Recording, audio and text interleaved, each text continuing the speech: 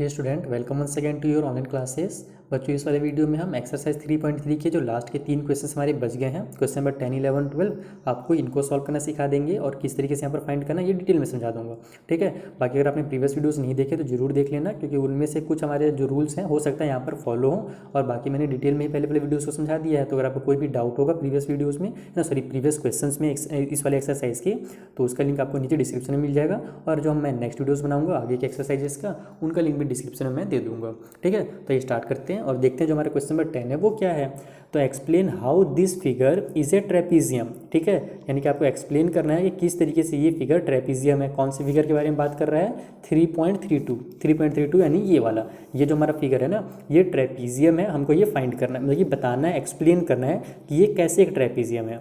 Which of its 2 sides are parallel, और इसके कौन से 2 साइड पैरेलल है। वैसे तो देख करके हमको पता चल जा रहा है कि ये जो NM है और ये KL है, ये पैरेलल है। पैरेलल का मतलब होता है कि 2 ऐसे लाइन जिसको कितना आगे बढ़ाओ वो कभी एक दूसरे को आगे चल करके कट नहीं करेंगे, एकदम सीधी लाइन में चलते जाएंगे। तो ये दोनों देखो एकदम सीधा है, ये दोनों कभी आपस में एक दूसरे को कट नहीं करेंगे।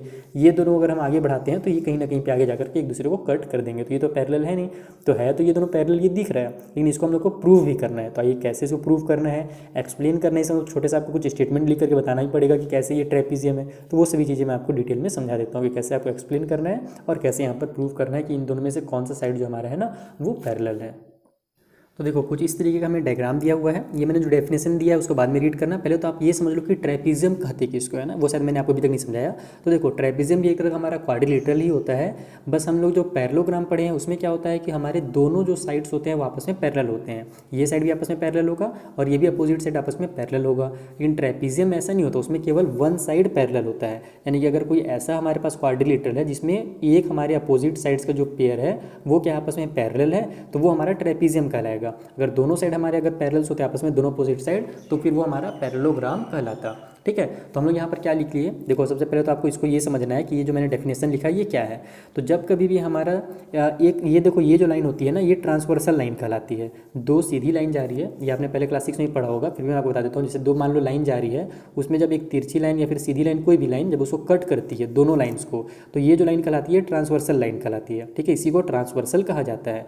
ठीक, तो अगर हमारा ट्रांसवर्सल जो बन रहा है उसमें अगर सेम साइड में जो एंगल्स बन रहे हैं, जैसे यहाँ पर एंगल बना, यहाँ पर एंगल बना, सेम साइड में जो एंगल बना ना, अगर इनका सम 180 डिग्री, यानी कि इन दोनों को अगर हम लोग प्लस कर रहे हैं और 180 डिग्री अगर निकल जा रहा है, तो इसका मतलब क्या हुआ कि ये वाला जो लाइन है हमारे, ये दोनों के आपस में पैरेलल है। तो यहाँ पर उसी को मैंने शॉर्टकट में एकदम समझा करके लिख दिया है कि if sum of the angles, यानी कि अगर जो सम है एंगल्स का of same side of transversal, transversal के सेम साइड में, या तो लेफ्ट में ले लो आप या तो राइट में ले लो, इज़ 180 डिग्री, यानी कि अगर उनका जो मेजरमेंट है 180 डिग्री है, then both lines are parallel. तो ये जो 2 लाइन होंगे ये क्या होंगे, आपस में पैरेलल्स होंगे। इसको मैंने बहुत ज़्यादा शॉर्ट कर दिया है, इसमें आप बहुत ज़्यादा और डिटेल में लिख सकते थे, लेकिन आपको ज़्यादा डिटेल में नहीं लिखना है। इतना भी लिखोगे तो आपका काम चल जाएगा। फिर से मैं आपको समझा देता हूँ कि जो हमारा सम होता है सेम साइड में ट्रांसवर्सल के एंगल्स का, अगर वो 180 डिग्री है, तो हमारा जो लाइन्स है ना जिसको उस लाइन ने ट्रांस किया है, यानी कि उसको कट किया है, तो वो क्या कहलाएंगे, आपस में पैरेलल कहलाएंगे।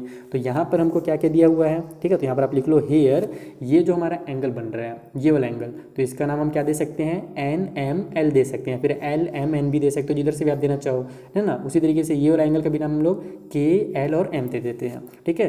तो ये दोनों एंगल का जो हम लोग सम देखते हैं कितना है, तो एंगल KLM में अगर हम लोग प्लस करें ये वाला एंगल जिसका नाम है हमारा एंगल LMN, ठीक है। जो जहाँ पर भी एंगल बन रहा है ना उसको बीच में आपको उस लेटर को लिखना है, ये ध्यान रखना। ठीक है, जैसे यहाँ पर L में एंगल बन रहा था तो मैंने L को बीच में लिखा है, उस तरीके से यहाँ पर M में एंगल बन रहा था तो यहाँ पर मैंने M को बीच में लिखा है। ये ध्यान रखना कभी भी एंगल्स का नाम देने टाइम।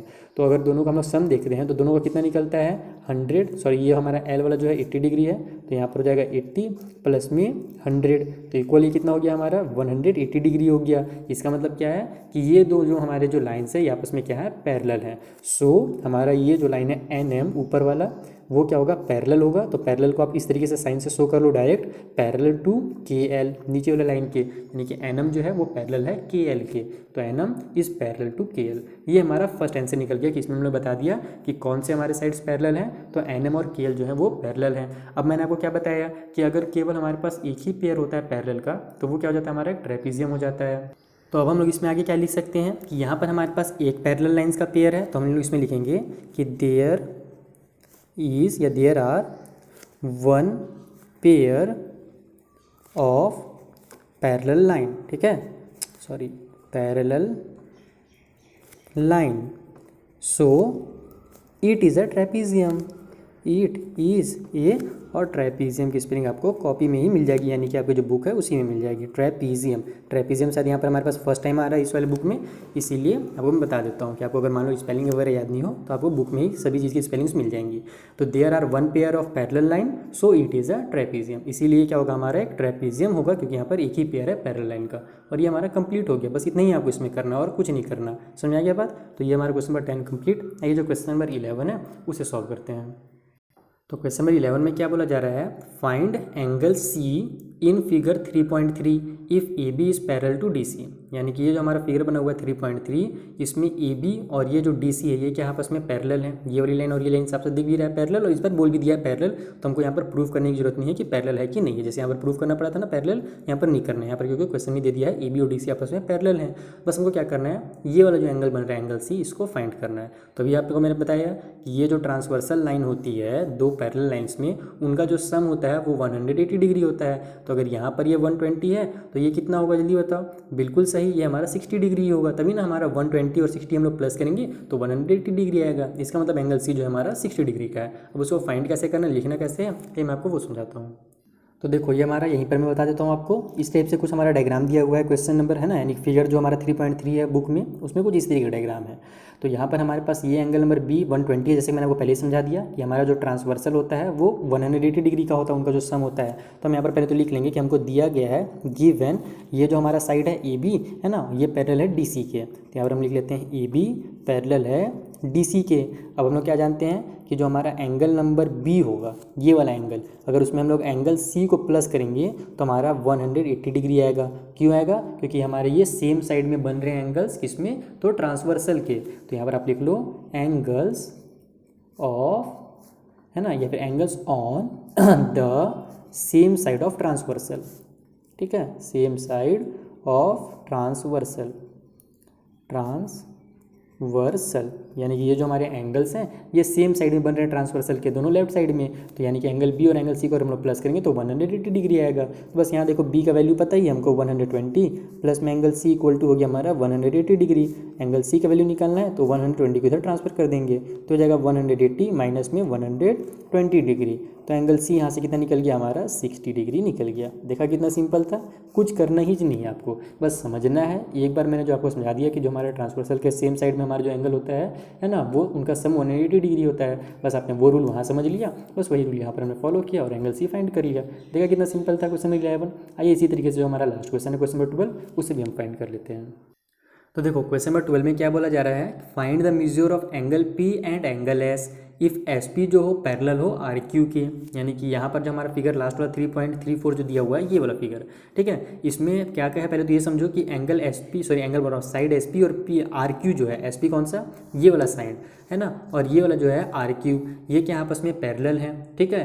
तो हमको क्या फाइंड करना है, यहाँ से एंगल पी फाइंड करना है, ये वाला एंगल, और एंगल एस फाइंड करना है, ये वाला एंगल। बहुत ही ज़्यादा सिंपल, ये भी क्वेश्चन में दे दिया। हम जानते हैं कि ट्रांसवर्सल जो होता है हमारा, ये देखो ये दोनों पैरेलल है, तो ये वाली जो लाइन कहलाएगी वो क्या कहलाएगी, इस बार ट्रांसवर्सल कहलाएगी, ये भी हमारी ट्रांसवर्सल कहलाएगी।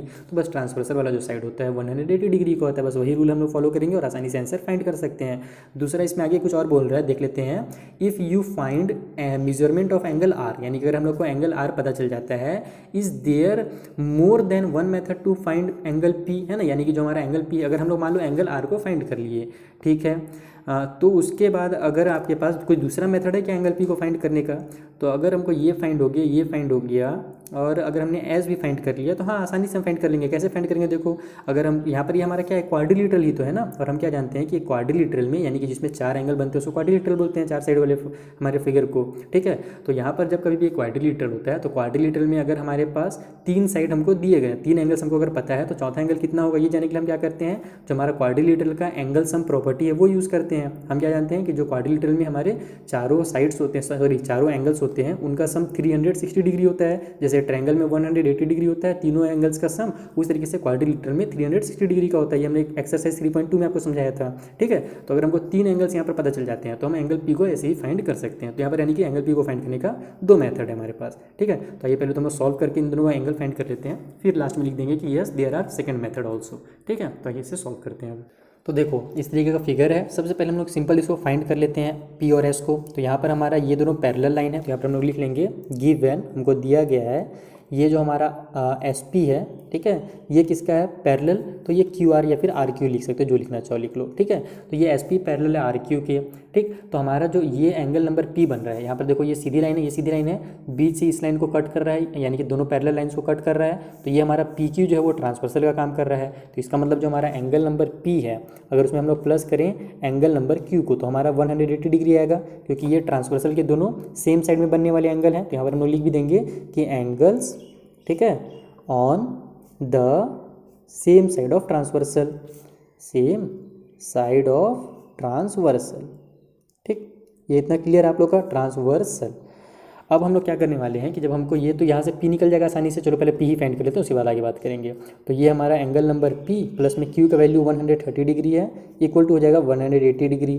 तो यहाँ से हमारा एंगल P निकालने के लिए 130 को उधर ट्रांसफर कर देते हैं, तो एंगल P इक्वल टू हो जाएगा 180, पहले से इधर है, 130 इधर आकर के माइनस में हो जाएगा, इधर ये प्लस में था।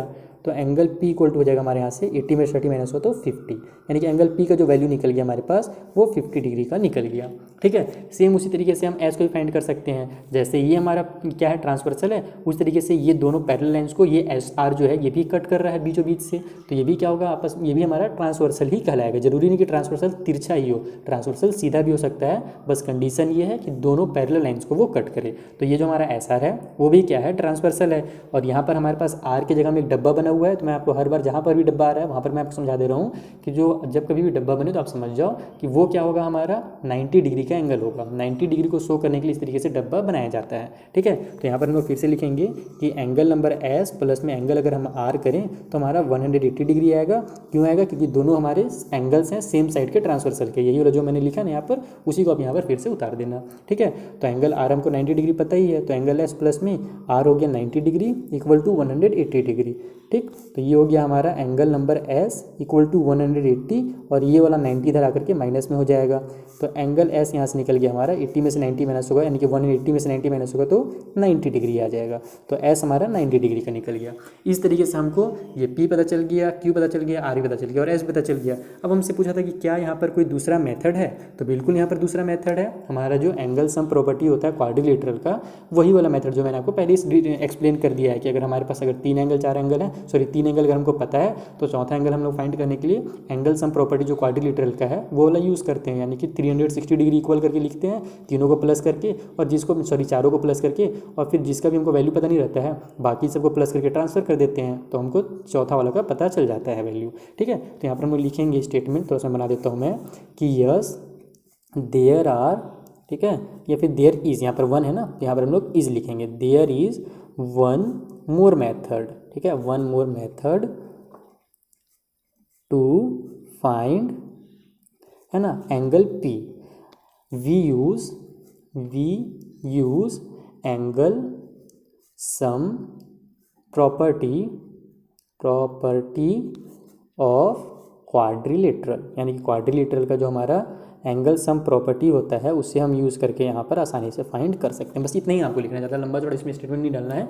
ये फाइंड कर दीजिए और ये लिख दीजिए कि यस यहाँ पर एंगल P को फाइंड करने का एक और मेथड है, हम लोग क्या करेंगे, एंगल सम प्रॉपर्टी क्वाड्रिलेटरल का फाइंड करेंगे। इतना ही में आपके टीचर समझ जाएंगे कि आपने समझ करके सॉल्व किया, रट करके सॉल्व नहीं किया है, ठीक है। तो आई होप आपका डाउट क्लियर हो गया होगा एकदम अच्छे से कि एक्सरसाइज 3.3 को कैसे सॉल्व करें। मैंने आपको पूरा डिटेल से लास्ट तक के क्वेश्चन को एकदम डिटेल में समझा दिया है। अगर आपने कोई भी वीडियो मिस किया होगा तो नीचे डिस्क्रिप्शन में सारी वीडियोज़ का लिंक है, आप जरूर से जरूर देख लेना, ताकि आपका पूरा बेसिक से लेकर के एक्सट्रीम तक सब क्लियर हो जाए, ठीक है। अब मिलेंगे हम लोग नेक्स्ट वीडियो में, जहाँ पर जो अगला एक्सरसाइज है उसे सॉल्व करेंगे।